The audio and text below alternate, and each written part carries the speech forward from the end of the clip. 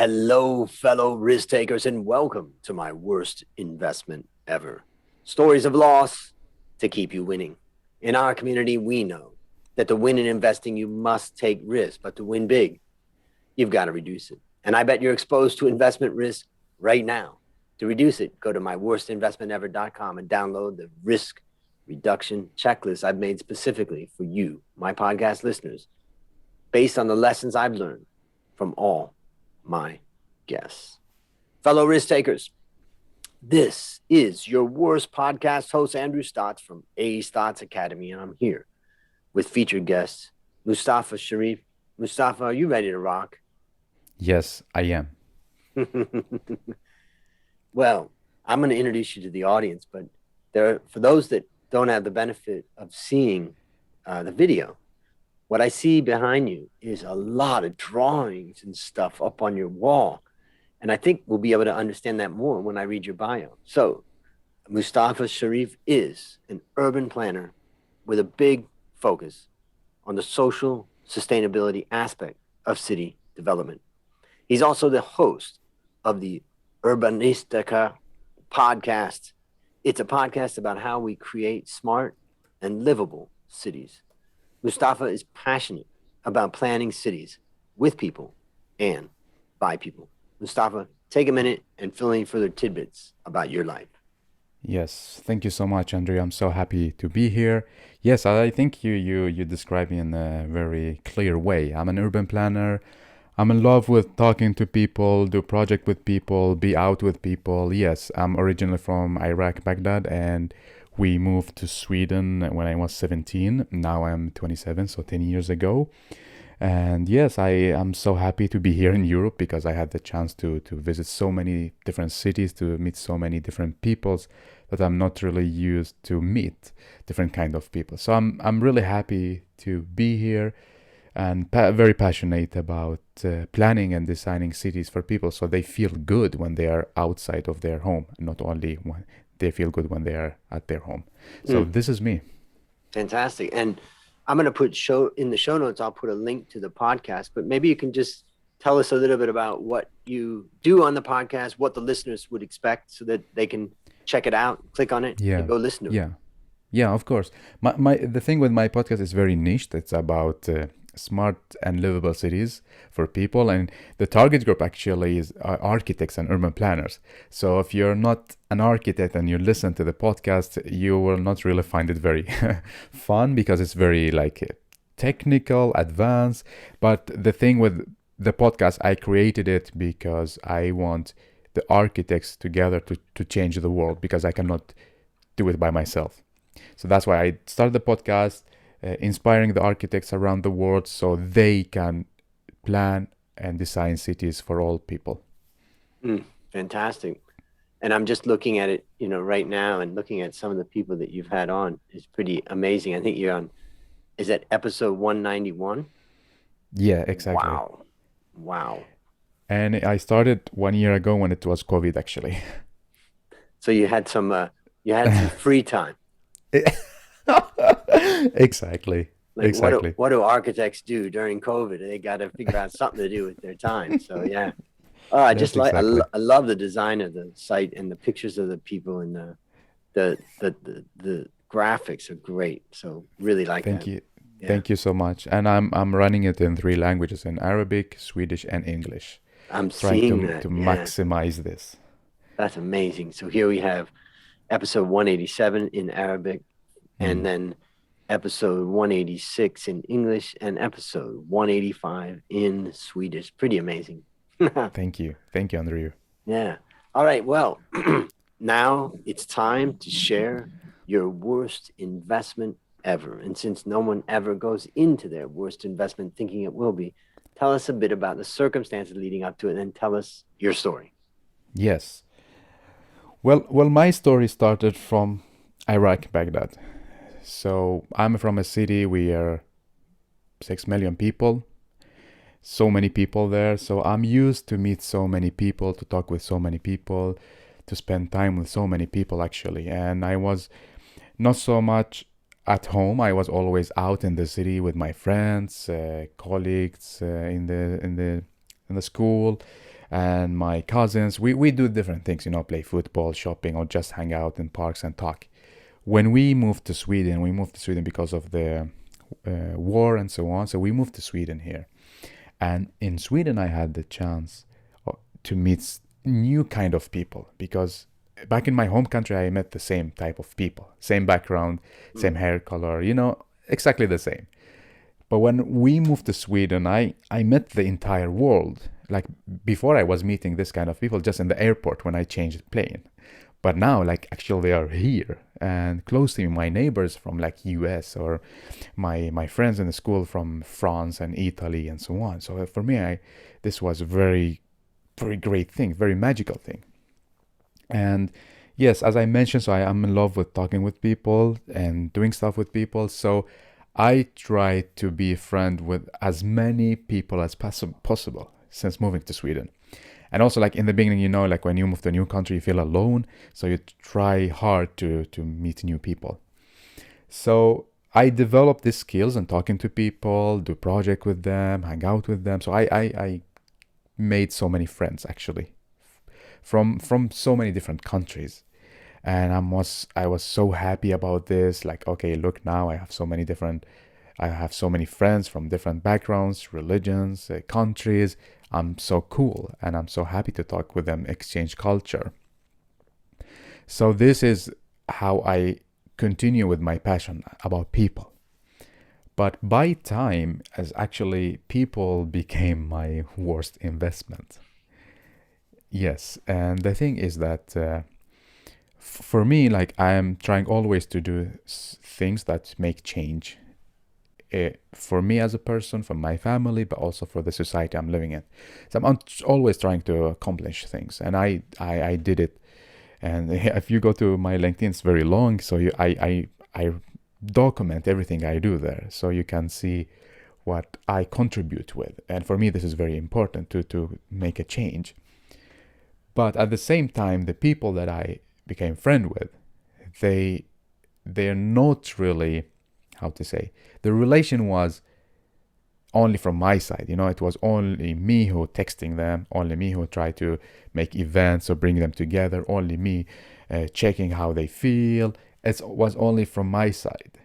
And I didn't realize okay, this relationship with so many people, by the way, I'm not talking about one, two, three, four, many people. Mm-hmm. I think more than 100.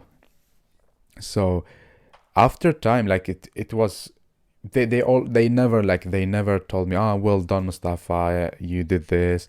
They never suggest that we do something. It was all only about me. Mm. So, but I didn't it took so much energy from me, but I didn't realize that because I was, this passion. Oh, people, I talked to this and he to her. So, but after time, when I moved from that city to another city, start to study, like my master. So I start to reflect back about my relation because I actually, when I moved, I didn't miss anybody. Mm. And for me, that was like, I was very shocked because when I was there, I was in the city, always doing things, and I was so worried that I will study master in another city and I will leave all of them, you know. But when I moved, I didn't like felt anything about them, and I spent like many years with them. Mm. So I start to reflect, okay, what's the wrong here? Maybe I'm too excited about the new city, but at the same time, no, it's not really like this because I traveled to many cities and I didn't feel like this. So I start to question these relationships, and but not really questioning in the serious way, but just reflecting, and then it's fine. I start like to talk to them. Hey, I moved here. Look what I'm doing. I got master. I got job. I got and then I moved to another country now, Mm. from Sweden to Italy to study. Made new friends. Same story. When I get people that I met in my master, also many of them I didn't miss. Same when I in Italy, I met so many people. Also, like if we became, how to say, at that time I called them friends, like, oh, we do stuff together, we travel to different countries. When we move back, maybe I just missed one or two of the 50. And after many years, like it's actually started last year, I started like to really question this. okay, wait a minute, who are these people in my life? So I started to experiment if this was a good investment from me, like all the years talking to people, checking them, like even helping them so much with finding a job, house, like because these are like friendship from my side. I say I need to give whatever I have in order to them to have a good life. So I started to question this in a serious way, and I did an experiment.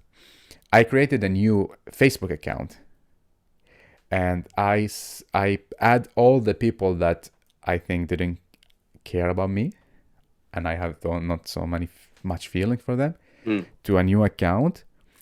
And then the people that I really in touch with, and they are also in touch with me in the one account. So two groups of people. And I say I will close the Facebook with the new people, like that I don't care or they don't Mm. care, and open it after 6 months. No, first I say open it after 1 month and see if someone writes me. Mm. So I did it, and I'm always, it's closed. I'm thinking about should I log in and see if people write me. And then I waited after 1 month, open nobody. Then I say, yeah, 1 month maybe is very short, Yeah. We are not in the same city. Some of them in the same city. I say 6 months, same thing. I forgot about my Facebook account, but then Facebook sent me a message. Then I checked it and nobody wrote me. 1 year, nobody. Then I realized, okay, what I am feeling is true. Mm.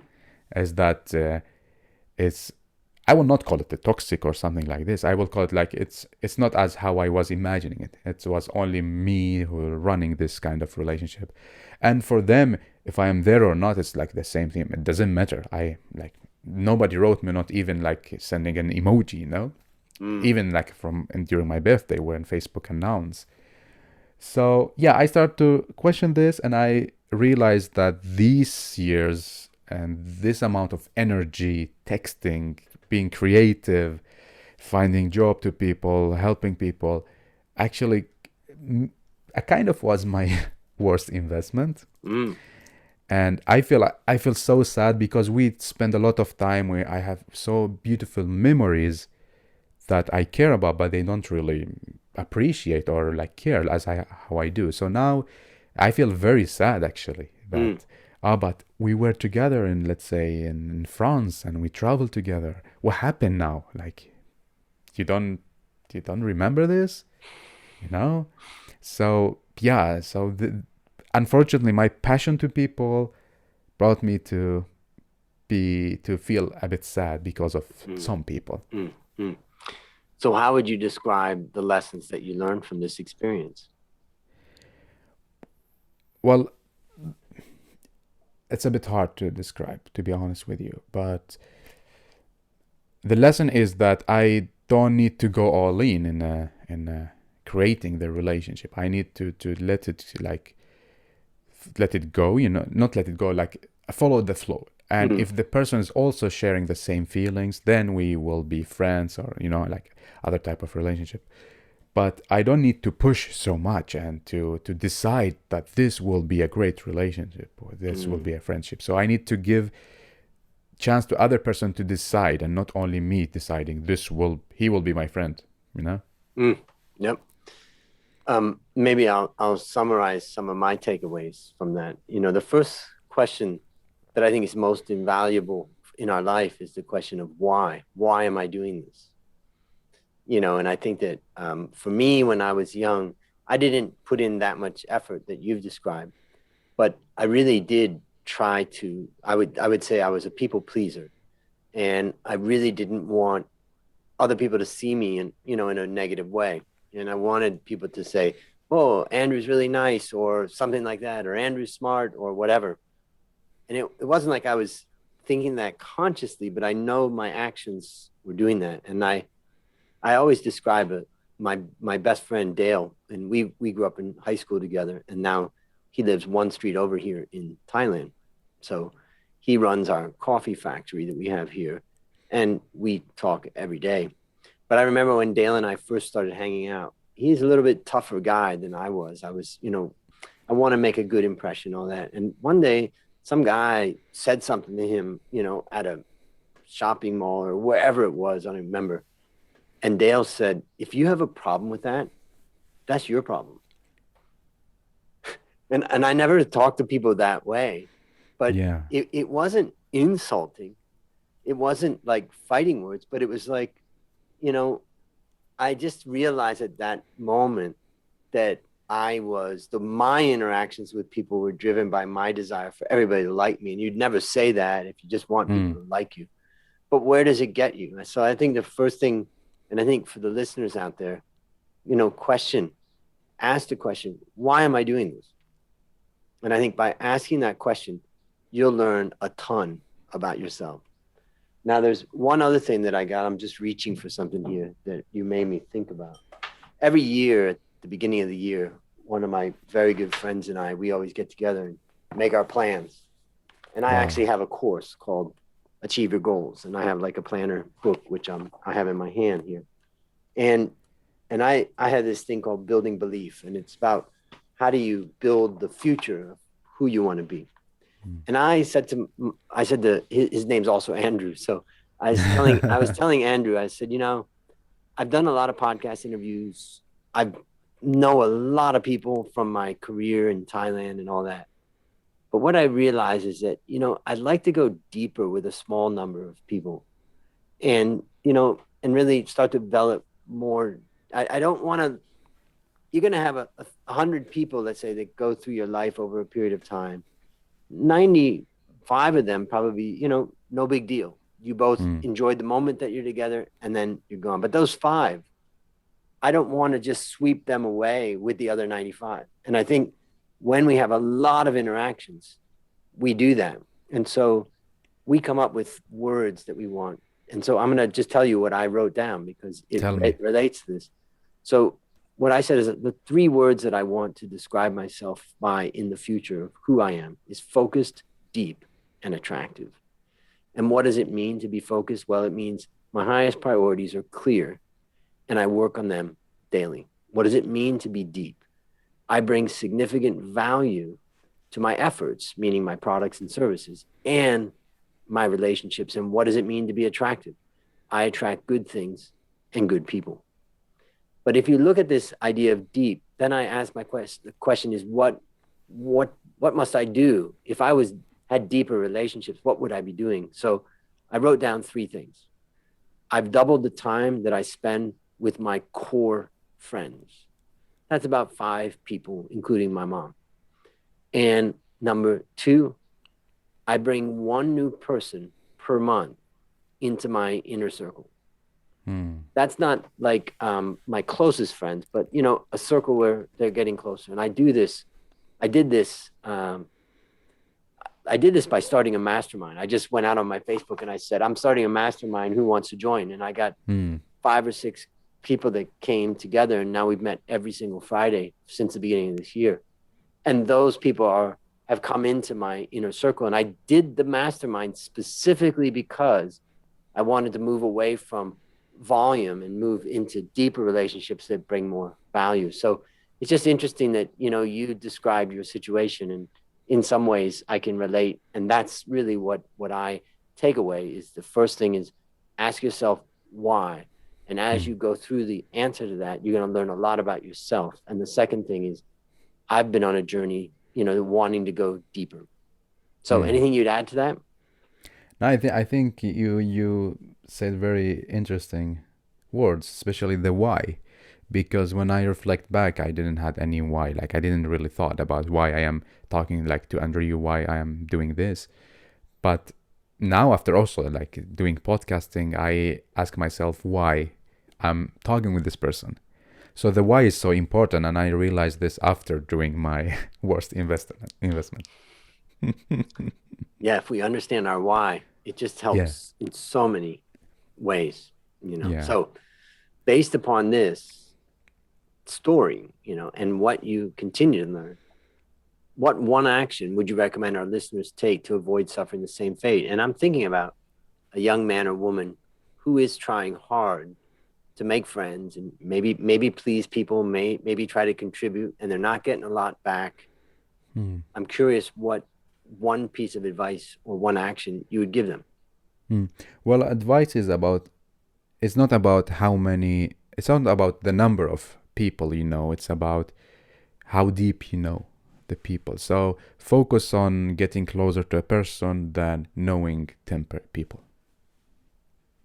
Yeah, this is a case where volume does Mm, not beat, yeah. value. So Mm. great advice. All right, last question. What's your number one goal for the next 12 months? Is to clean up my friend list to figure out, as you mentioned, Andrew, who I should go deeper with and which one I should like cut off the kind of friendship that I imagine it exists. Mm, that's a great goal. And I think when you get there 12 months from now, you're going to be really, really deriving a lot of value out of those ones that you decided Yeah. to go deeper on. So that's exciting. Mm. Well, listeners, there you have it. Another story of loss to keep you winning. My number one goal for the next 12 months is to help you, my listener, to reduce risk in your life. So go to myworstinvestmentever.com right now and download the risk reduction checklist and see how you measure up. As we conclude, Mustafa, I want to thank you again for coming on the show. And on behalf of A Stotts Academy, I hereby award you alumni Wow. status for turning your worst investment ever into your best teaching moment. Do you have any parting words for the audience? Well, I'm Andrew. I'm speechless. I just want to say thank you so much for giving the space for me. I love your questions. I start to listen to your podcast actually 2 weeks ago, and I'm learning so much. For the listeners, just keep listening. I think there are so much inspiring messages that you can take.